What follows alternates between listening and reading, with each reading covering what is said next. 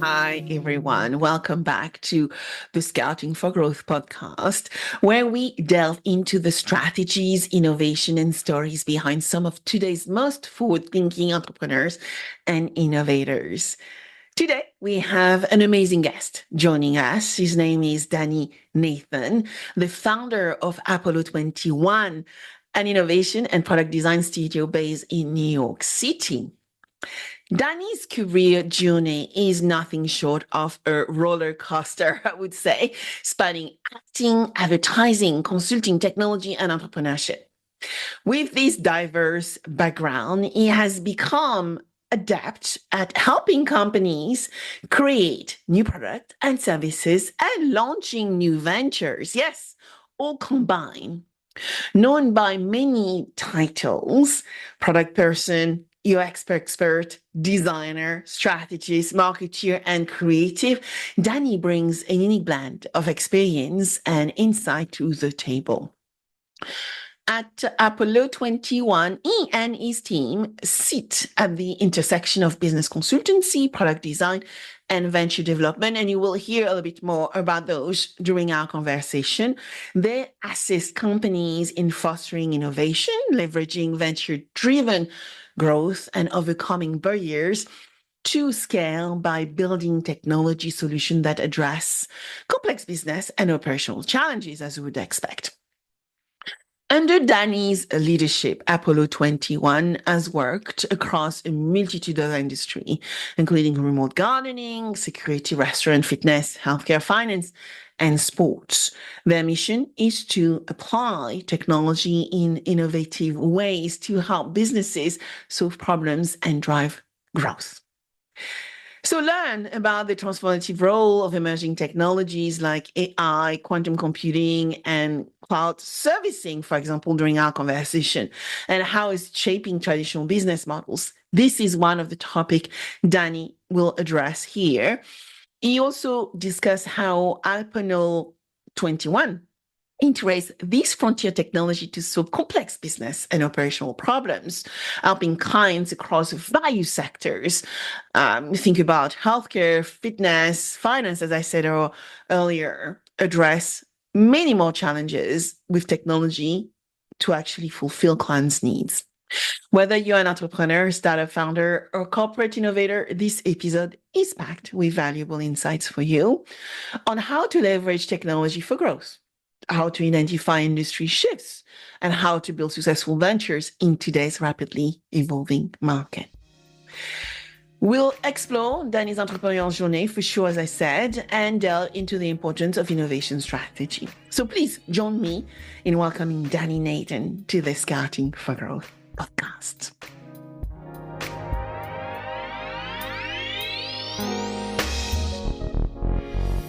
Hi, Danny. Thank you so much for joining me on Scouting for Growth.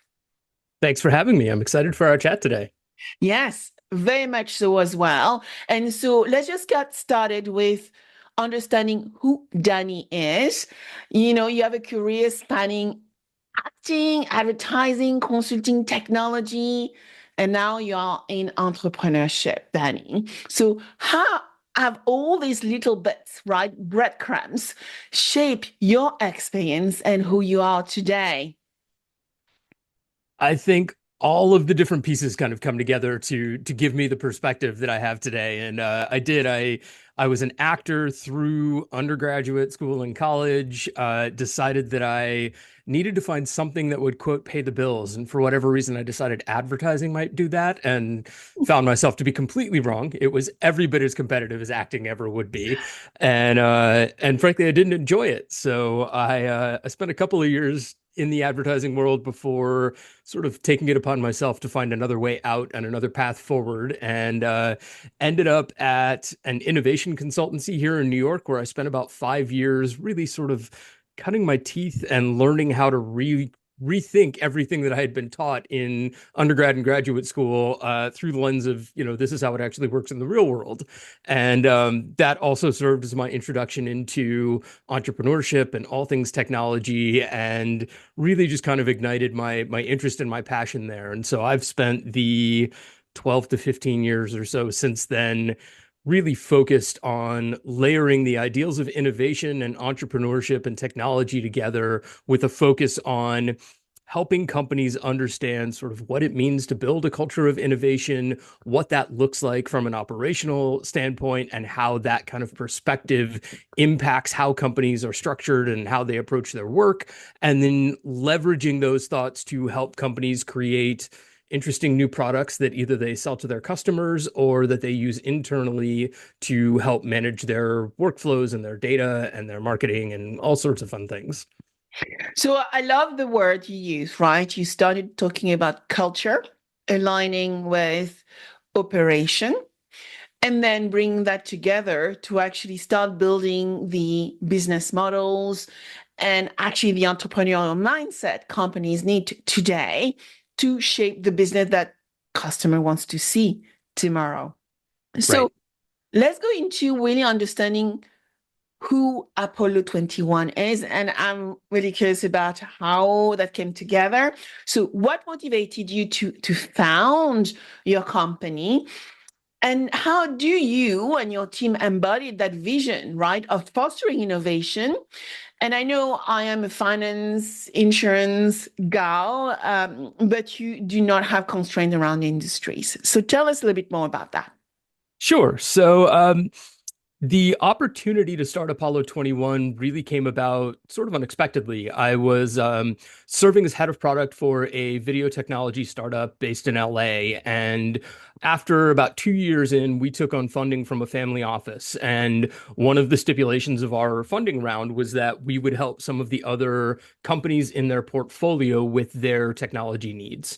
And so I very quickly found myself in a bit of a dual role, leading a small team of folks that were helping other portfolio companies from our primary investor understand where there were opportunities to streamline their operations, to rethink their technology stack, and to help them understand why that was important, particularly with a view towards how that type of innovation and that type of technology disruption could help them move into the future.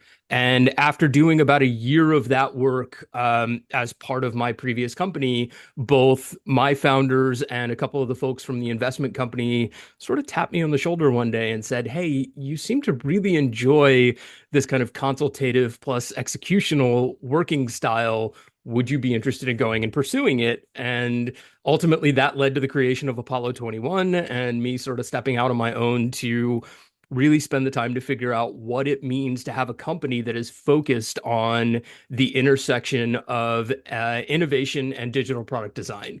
And so when people ask, that's kind of how I explain the purview of Apollo 21. We are an innovation and product design studio, and we really do work with companies to help them think through their innovation strategy, understand what it means to build a culture of innovation, and then we leverage those understandings to then usually help them build an initial technology product that either they've been thinking of creating but haven't kind of figured out how to bring to life, or we work with them to find those opportunities, and then we define the greatest area of opportunity to use as sort of a test case, and we help them build out the team around that effort and execute on that piece of technology.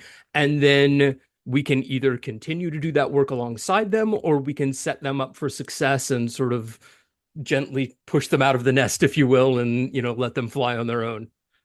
So I'm sure some of the question coming to mind listening to you right now, Danny, is okay, does Danny works with young ventures, right?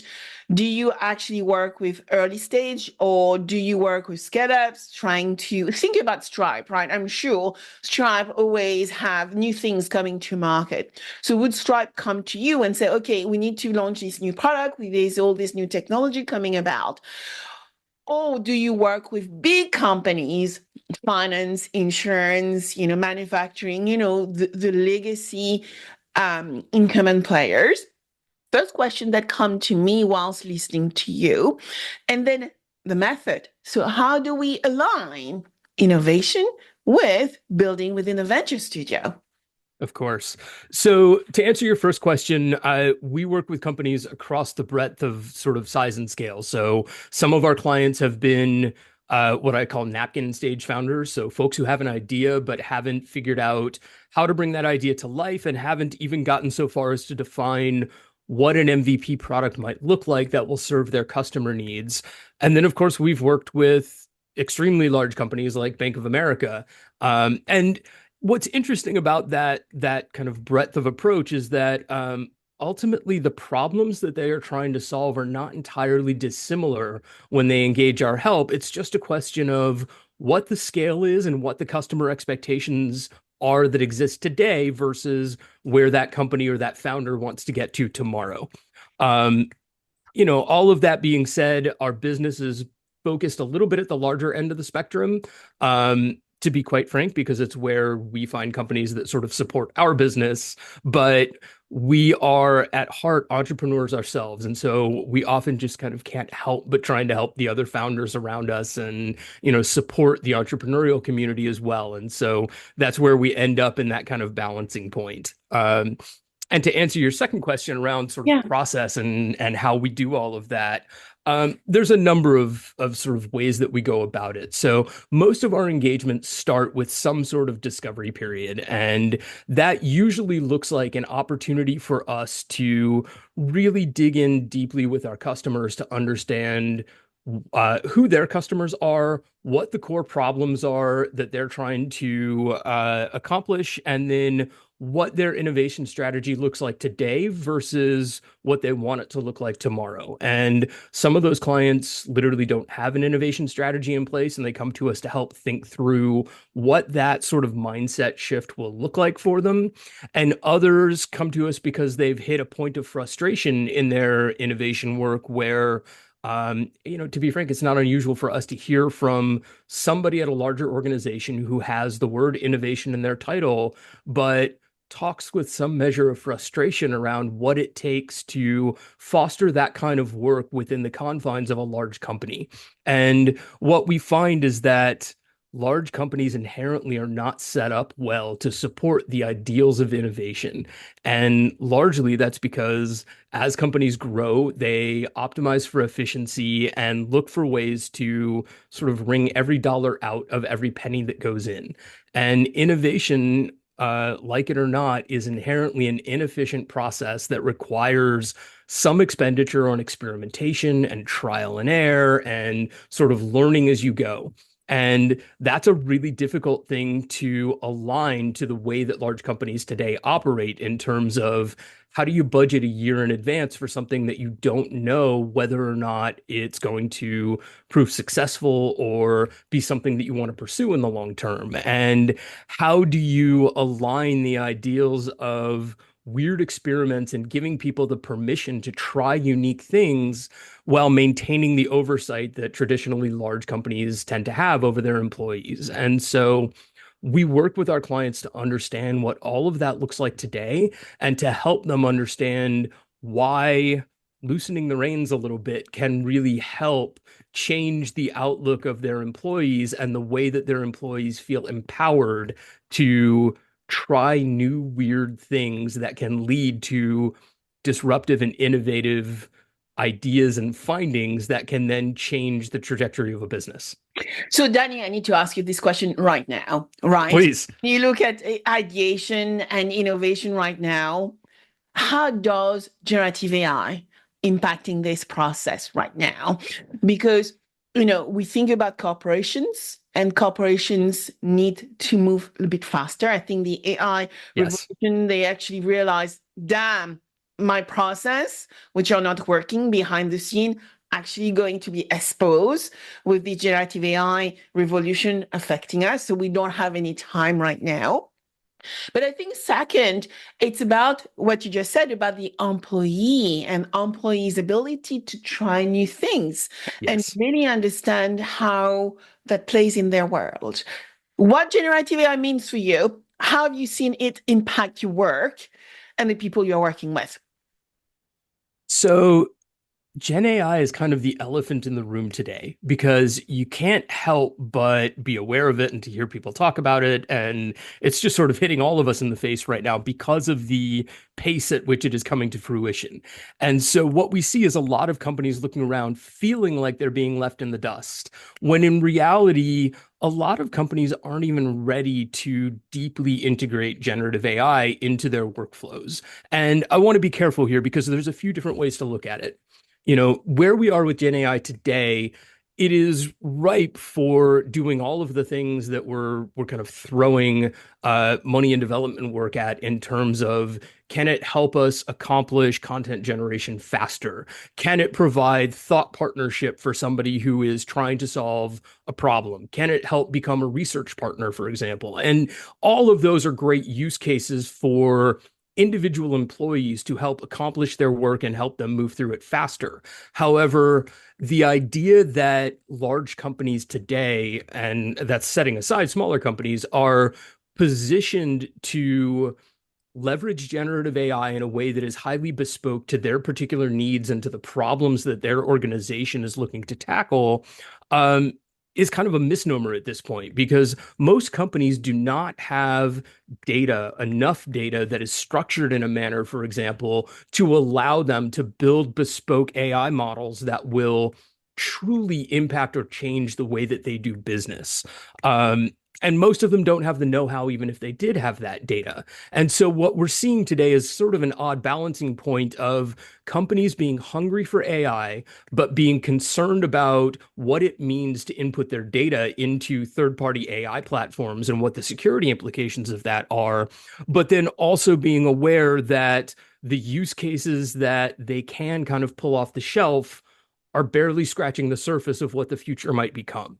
And so I think that we're, to be frank, probably a couple years out still from seeing a world where companies have a way to ingest all of their data into a private repository that can then be utilized for training and to help direct the efforts of the employees, particularly within the lens of innovation and thinking about, how do we discover new opportunities for things that we wouldn't otherwise think of, and where can generative AI help with that? And so, a lot of what we talk to clients and potential clients about, especially when they come and ask us about AI and how they should be using it today or what the opportunities are one, start getting your data in order, start understanding and learning what type of structure and what type of data you need to align to the goals that you have for AI use cases in the future. And then at the same time, figure out ways for your employees to begin interacting with and utilizing AI to accomplish the tasks that they are doing today so that they aren't afraid of it and so that they understand how to ask the right questions to get beneficial responses once you do get to the point of training bespoke models and things like that. I love this answer actually, because I do believe that, you probably have an engineering mind. I do have an engineering mind, French, math is part of, we don't have a choice. We have to become math guru if we want to go to higher studies. And so when you actually look at the way a generative AI model thinks or apply, an answer is based on very broken and very consistent piece of information it needs. So I Right. do believe, like you said, let's just get our team to try it and understand how an AI model thinks and what the data it needs to gather to produce a good answer. And then you try and error, right? You try Hmm. until it's like, oh, now I have a good answer. Okay, what did I put in to get the good answer? And then you Right. actually start refining.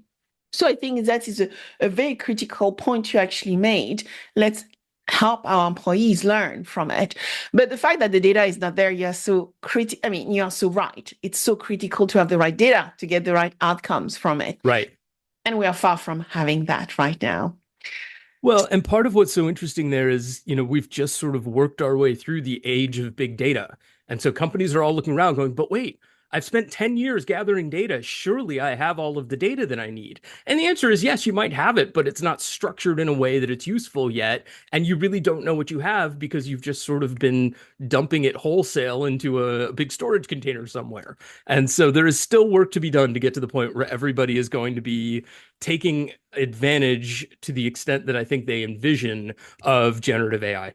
Absolutely. And partly when you look at, I had this example around banking industry where a bank I closed my bank account with still calling me today to ask me to update my details, which means that they still do not know that I'm not a customer. Why? Right. Because the data is poor compared to Google, which actually believe data is so critical that everything is structured to allow, for them to work into massive data mapping capabilities, which allows them to structure and deliver AI, generative AI project.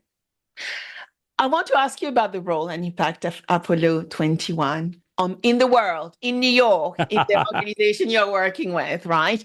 As you said, you are at the intersection of business consulting with product design, right? Product design studio and Mhm. venture studio. So you are overlapping different bubbles, right?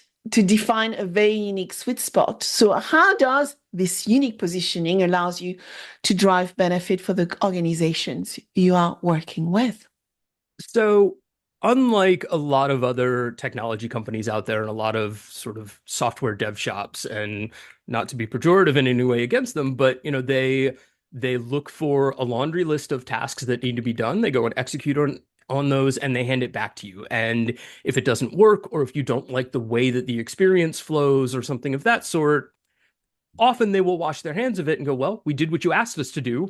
We can do it again or change it or whatever, but pay us more and it's going to take longer, etc.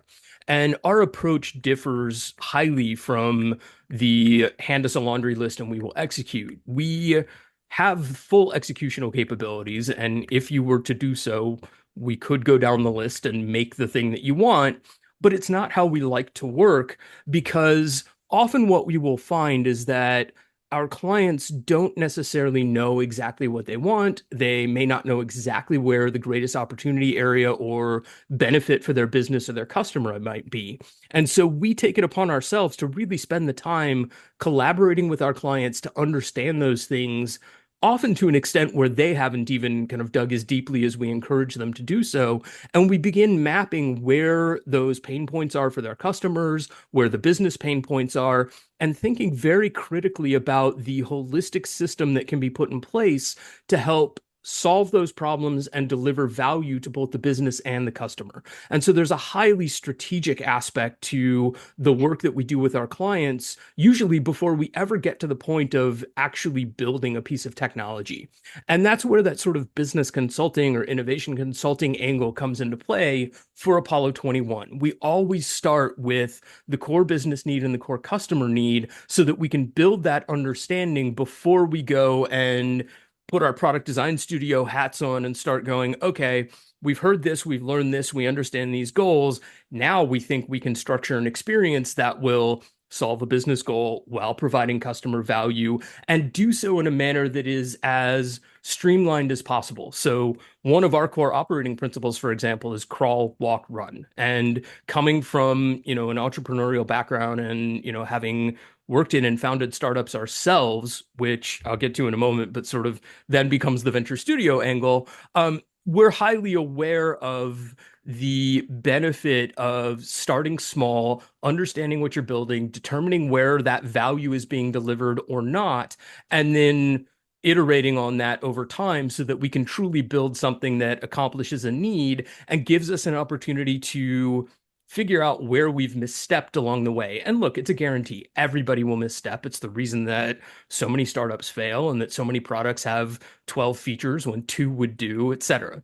And so the third kind of arm of our business is the venture studio, as you pointed out, which is our opportunity to play in that space for ourselves, partly because we enjoy doing it. We enjoy bringing new products to life that provide value, but it's also a way for us to continually hone our training and to understand what's happening in the world, what's happening with technology, so that when we make recommendations to clients and when we talk to them about the process of building and releasing a new product, we're not talking theoretically, we're talking about the way that we've seen it work and not work ourselves. And so it gives us very clear exposure and understanding as operators towards the things that our clients are going through and helps us relate to them in ways that I think that if we were just focused on the consulting work, for example, we would miss out on being able to provide. Yeah, I mean, I love your model, and I do believe so much into it because whilst consultancy is not dead, I think often consultancy is dead, if you don't mind me Yes. saying this loudly. And I came from consulting and I work with amazing consultants in this world and amazing company within the big five. And so I respect them tremendously because a lot of the learning I've acquired is through my consulting work. Right. However, as you are saying, is that step two, I mean, consulting is great to actually understand what the problem. You don't take accountability when you're a consultant, actually. Exactly. And that's kind of the key point Work, there. no accountability. But phase two is when you're a product designer, you start taking accountability. And I do that through my venture labs, where my accountability is to build blueprints and Mhm. playbooks, right? Frameworks that can be executed by big teams so then they can actually be successful industrializing and democratizing. So your step two is, okay, let's find that product, that niche that the client wants to buy. And then you start applying the right techniques to even evaluate with the customer what works and what works less.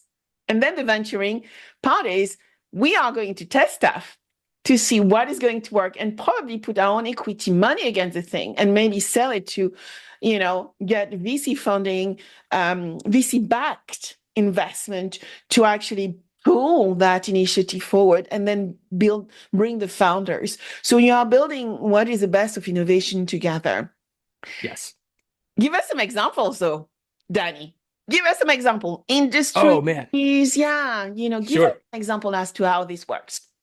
So we are industry agnostic. We have done work across remote guarding and security, financial services, sports, restaurants, healthcare, fitness, and a bunch that I'm probably forgetting off the top of my head. And the fun of it is that there's always some sort of core problem to solve, and digging into and understanding that problem is really the exciting part for us.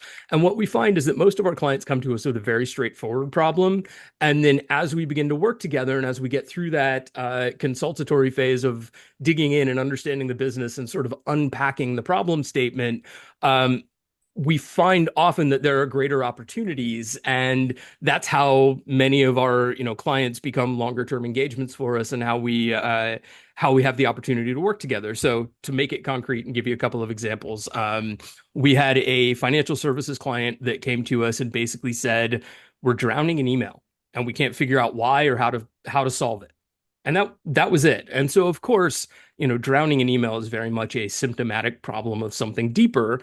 And so we started digging in, and what we found was that they were drowning in email because their process was email. If you need this, email that person. If you need something else, email this person. And so of course, they're drowning in email. And what we came to find was that they actually had no defined process whatsoever other than just make sure stuff gets done. And so as they were growing, what they were discovering was that the get stuff done approach was allowing things to fall through the cracks and resulting in unhappy clients and so on and so forth. And so we worked with them to define what the three most utilized processes were within the organization, figure out how they were working today, how they wanted them to work in an ideal world tomorrow. And then we built a piece of bespoke software that effectively put that process into play within the organization by providing guardrails and requirements around how they approached accomplishing tasks. And so, the first thing we did was took all of their tasks and laid them out in a big task board so that they could actually see tasks happening and moving within the organization. And then we built in all sorts of, nice to haves like role-based access. So John over here can see this client and Betty can see that client, but they can't cross-pollinate, outside of their purview.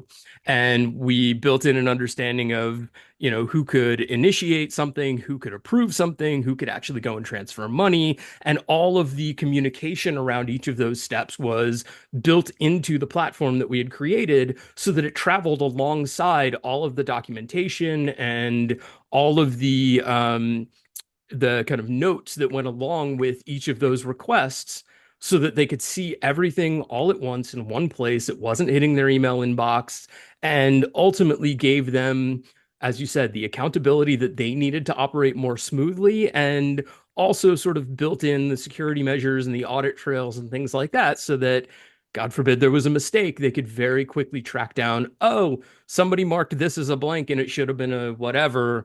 Now we see where the problem is, and it's not a system for doling out consequence so much as just tracking problems and understanding and learning from. And so basically what started with, 1,000 emails a day ended with a very clear piece of software that helped them iterate on and understand these processes internally so that they could manage workflows more clearly. And it ultimately cut down on, it was something obscene, like 92% of internal emails, and, gave them the ability to serve more clients without having to hire incrementally more people in order to achieve the goals that they had in terms of level of customer service, for example. Yeah, it's where, platform like Slack, I would say, can be really useful, where you actually move away from email and find, because you mentioned rules, right? Hmm. Really codifying how we communicate internally becomes really critical. But then it's fascinating as well to me that you created the software, you build an orchestrator to allow Hmm. them to become more efficient to deliver on their customer outcomes, right? Exactly. Pure emails. So when you look at the work you are doing and the expertise and frameworks you are bringing into the market, and I want to dive into venture building because I think it's probably the most complex part of the equation you're actually addressing.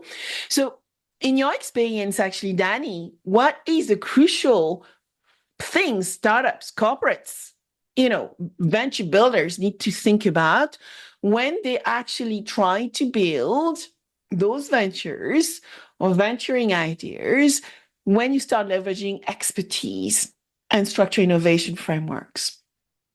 I think that one of the things that a lot of people overlook is the level of research and the level of understanding around your customer and their particular need, that should go into the process prior to building anything. And one of the easiest kind of ways to demonstrate that is you look at often first time or early entrepreneurs. They have an idea, they scribble it on the back of a napkin at 2 a.m. in the bar or whatever and get excited about it. They know they need to validate that idea. So they go and talk to 5 of their buddies who all go, oh, yeah, that sounds pretty cool. And they go, great, now I need to go build an MVP. And they're off to the races. Often folks try and go raise money at that point, which is intensely difficult at the idea stage, especially in today's market. When in reality, they kind of don't know what that thing is outside of the napkin statement of, I think it would be cool if we built a blank for people like this so that they can whatever. Well, that's great, but when you really stop to dig in and understand the needs behind those people, often what you will find, the majority of the time, is that while you might have a great idea, your great idea, one, is probably bigger than the solution that they're hungry for. They are, looking to accomplish one tiny task more easily that will save them time or money or whatever it is.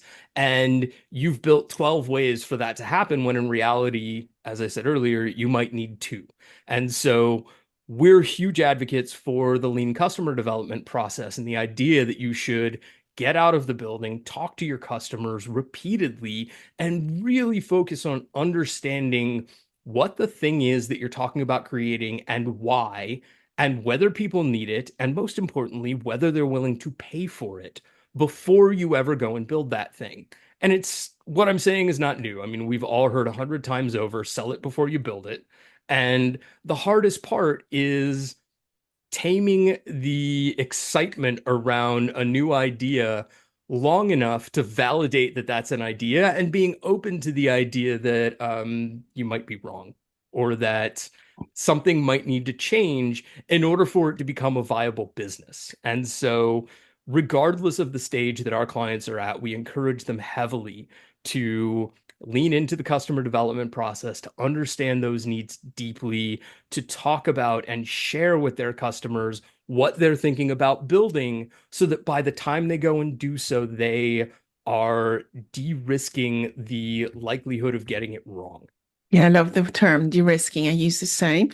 And I'm in insurance, so the goal is to de-risk anyway. But de-risking innovation is absolutely, the way to go, right? It's about applying the right framework techniques, getting out of the building. I love that phrase. And I always say that to my startup, get out of the building, question your users, customers, Yes. really understand what they want, not five, but many more, and use the tools and techniques, even campaigns, ask them what they want to see.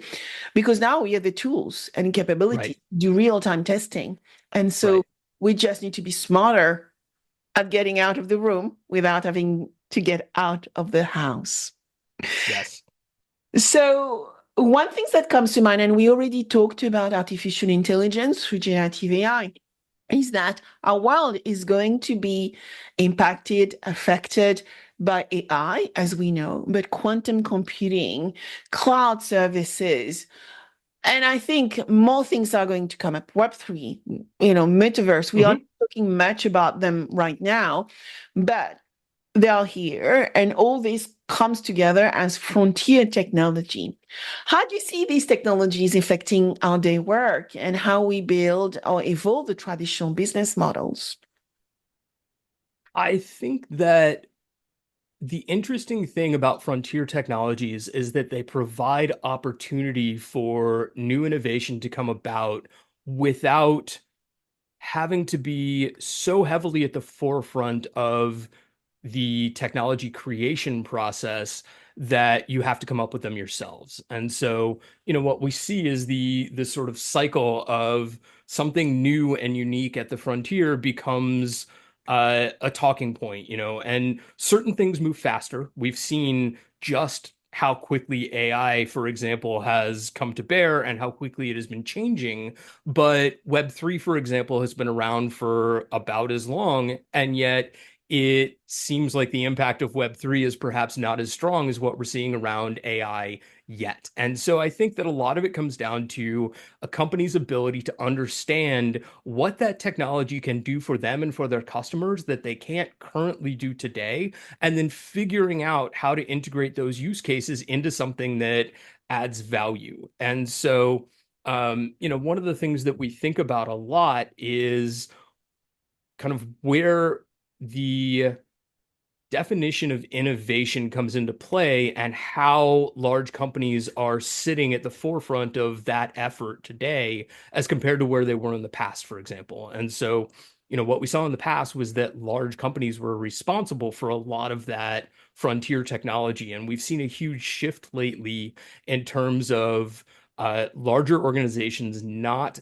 being the ones who are creating frontier and unique technologies, but rather those that are consuming and applying those technologies. And so the creation has sort of fallen to the world of startups, which then creates a really interesting relationship between the larger corporations and the startups of the world and begins to knock on the door of conversations around corporate venture capital efforts and the ideals of venture studios that are grounded within larger organizations, but free up the ability to work outside the constraints of the normal operating patterns, for example, that might otherwise slow those things down. And so, as companies look to embrace those frontier technologies, there's some really interesting ways that we see that they can play in that space that allow them to invest there and take ownership there and to start learning about and thinking about frontier technologies before they ever worry about how to really integrate them into their kind of product lineup. Yeah.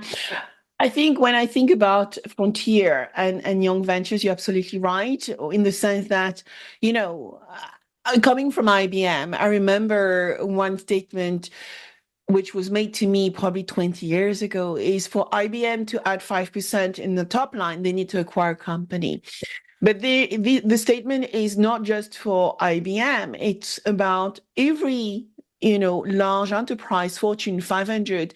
If they want to grow 5% top line, they have to acquire a company. But at the Mm-hmm. same time, they don't have the time, resource, the failure processes, or the time to allow a team to learn about a new technology for it to actually fulfill the need of a new customer segment. So that's where startups, scale-ups, are critical to come Yeah. into the market, leverage the new emerging technology, build a product and service which is relevant for a market player. It could be, a Google if we look at emails, let's say. But it could be in finance, could be a new payment platform that we have not thought about, which may actually end up in the Web3 or the metaverse, Mm-hmm. right? And we know these companies to do the thinking and to be completely immersed into working on this because we don't have time as corporate to do that.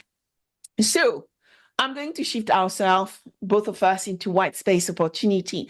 So when, a market is constantly shifting and changing like that, how do you conduct white space analysis to find the niches which are going to be revolutionary using frontier technology and build a new propositions of tomorrow?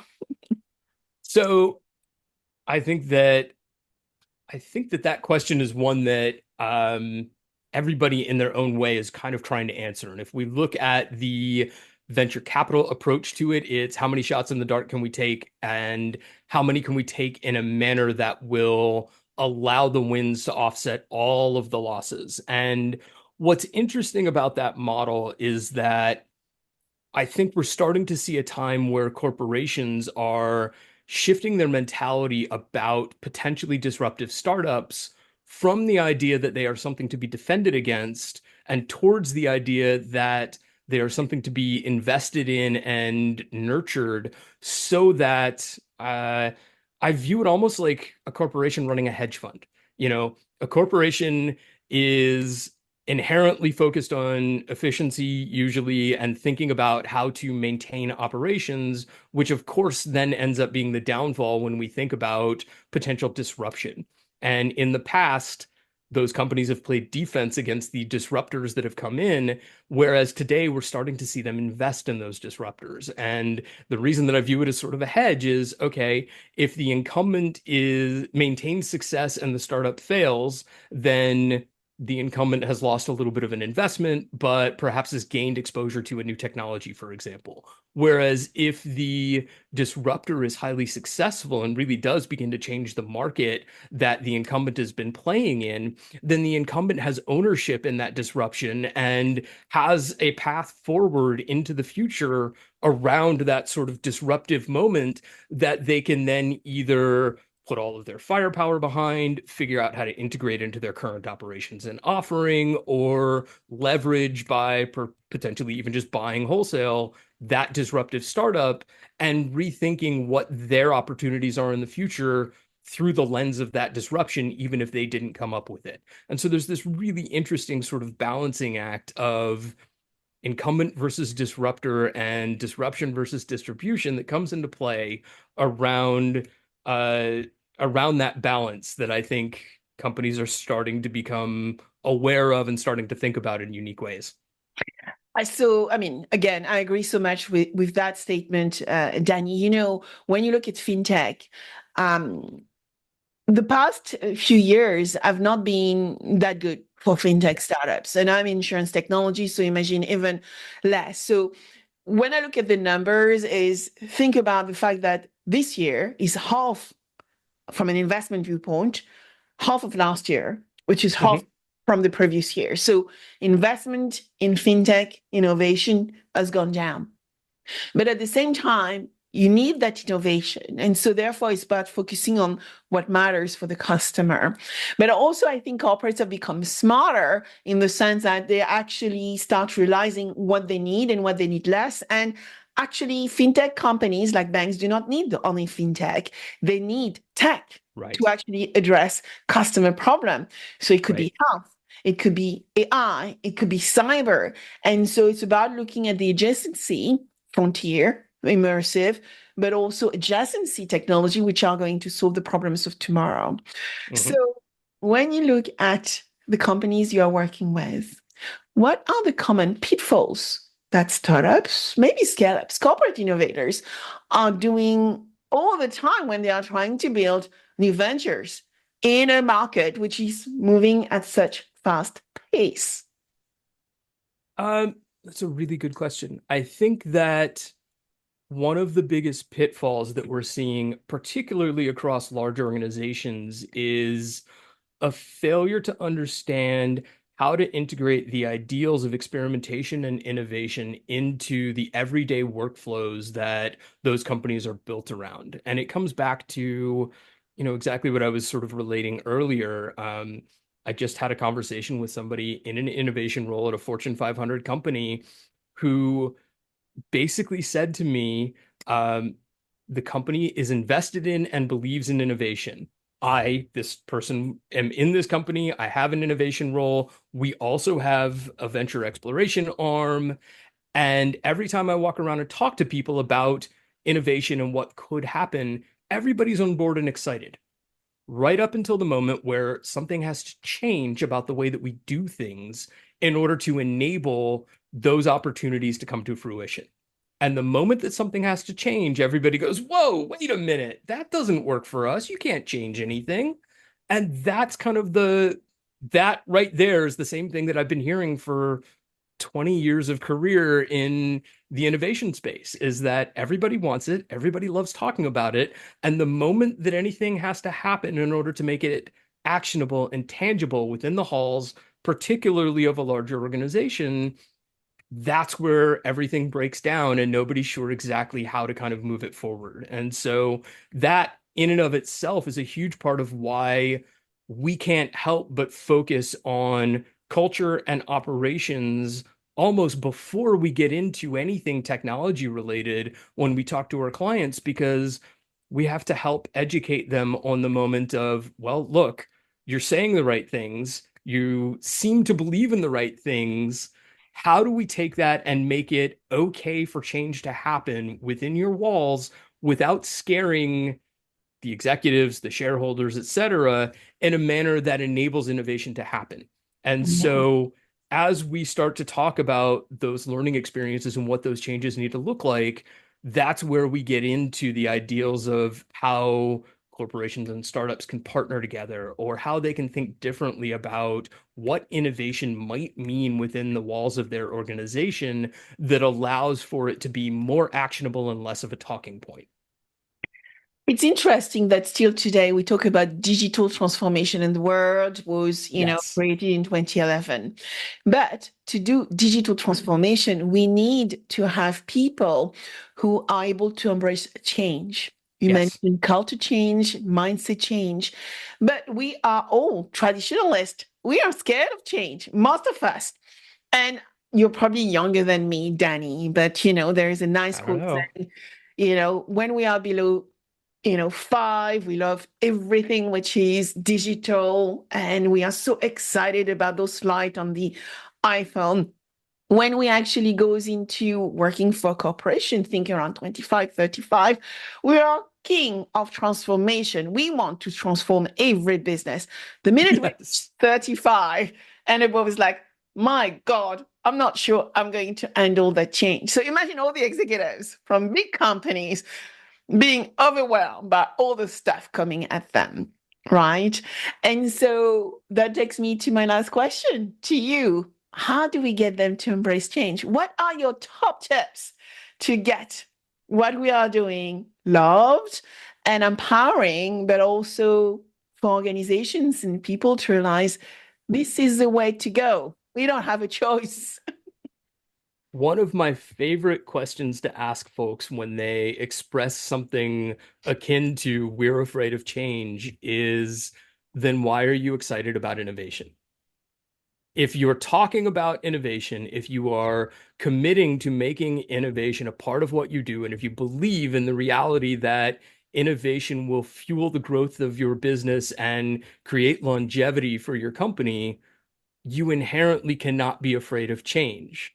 And so I do that in a way because it's a contrarian way to look at that conundrum, and it forces people to step back for a moment and go, "Oh, well, okay, but what about," and they almost start convincing themselves. And from there, it really becomes an issue of helping people understand that if everything were perfect, then you wouldn't be worried about the change that you are worried about. You would just be going on as business as usual. And if you're going to do that, then you can't be upset when somebody comes in with a disruptive idea that impacts your industry because they weren't afraid of the change that you were afraid of. And so it's a combination of education and sort of reframing the thought process to help people understand that there is a new way to consider things, and perhaps that change isn't quite as scary as we all seem to sort of think it is deep down. I so much agree. Change is there. It's happening every single day. We just need to find the best way to embrace it. And it's all about, I think, as you said earlier, about having the right techniques, process, approach, and break it down chunk by chunk, right? You don't need to do Yes. everything in one go. It is like Yes. exercise. You start little and then you actually build up your muscles. And then you actually realize it's not overwhelming at all. You can Right. do it. And you're an entrepreneur. I've gone into the entrepreneurship world. It's not easy every day, but one thing I do know is I would not change anything in the world from the positioning I am in today, because I am able to work with amazing people like you and also get my brain always challenged with the next problem that our industry and our world needs to face. Hmm. Yeah, it's interesting too because, I've talked a lot, or I've thrown the word operations out quite often in our conversation. And what I think a lot of executives fail to realize is that the ideals of building a culture of innovation within their organization are highly aligned to building a culture that people are excited to be a part of and Yeah. want to continue working in, because it requires that you give people freedom and autonomy to have ideas, to experiment, to try weird things, and to trust that they will do so with the strategic vision that you have instilled upon them in their minds for the benefit of the company and its customers. And so, really, what we're talking about is painting a picture of a world that makes for happier employees, more successful companies, and better customer engagement. And it's sort of a win-win-win all the way around, but it is scary because it's different. And so, yes, encourage people to think different and to take small bites at the apple towards that change. Yeah. So, Danny, if we were going to find out a little bit more about Apollo 2021 and you, where should we go? Best place is our website. It is apollo21.io. And if you want to hear from me once a week and only once a week, you can sign up for our newsletter at innovatedisruptordie.com. Perfect. So Danny, thank you so much for this amazing chat today. I think we have covered so much ground, but actually, Awesome. I believe that it's very insightful discussion, which are going to help not only entrepreneurs, but also corporates to rethink how they do consulting, product design, and venture building. So thank you very much for joining me today. Thanks for having me. I really enjoyed it.